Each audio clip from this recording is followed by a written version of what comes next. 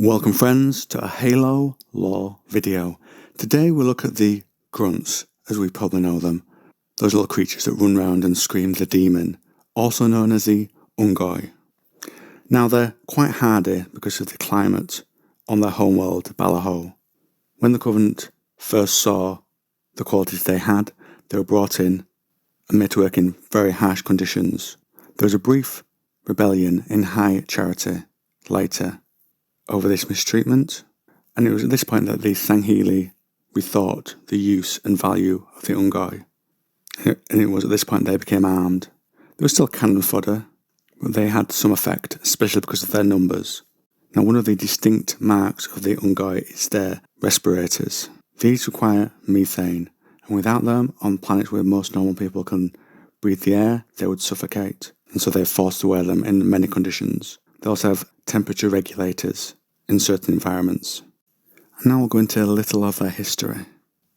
When the Covenant first met them, the planet was undergoing a great ecological collapse.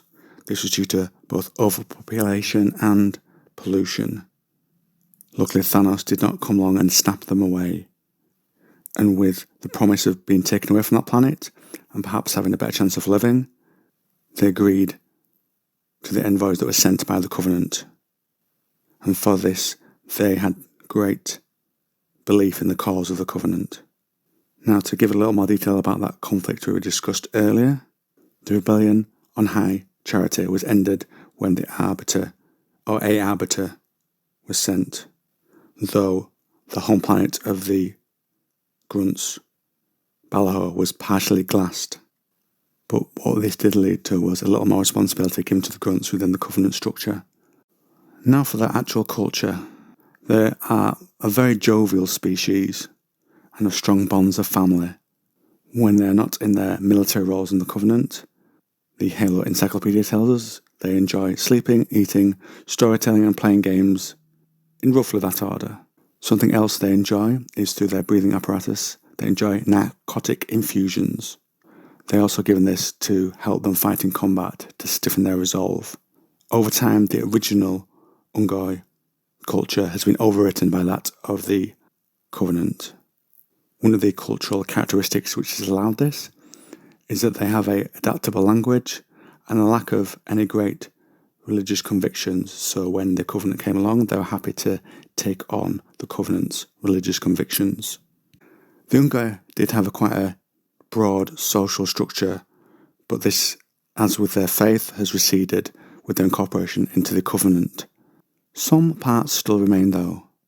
The Ungoi work best in small tribal communities. These are usually led by the females of their species, and within their bands of the clans at least, they work together peacefully and with little conflict. Another cultural characteristic that has kept them from gaining greater power within the Covenant is their lack of ambition and their anxious nature. And then after the fall of the Covenant, they continued to work in similar positions with the powers that emerged at that time. And this was to support their families and maintain their meagre land holdings.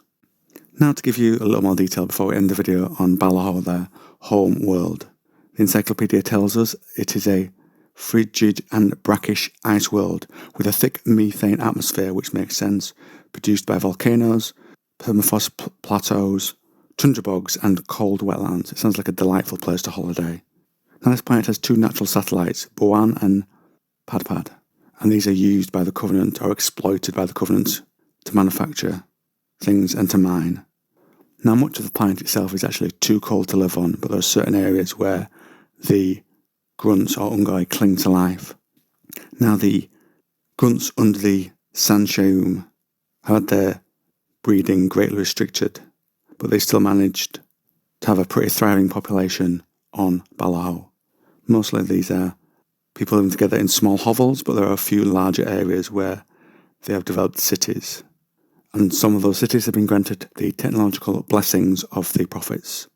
When Cortana cast her dominion over the galaxy, this initially seemed an opportunity to Balaho, as it seemed to them that all the damage done to them by the Covenant could perhaps be undone in terms of the planet and the partial glassing it was exposed to. Billions of Ungoi wanted to remake their world and get a better place for themselves in the galaxy. And basically the presence of Cortana meant that the attacks on Balaho by Covenant splinter factions to recruit people for their forces was reduced greatly.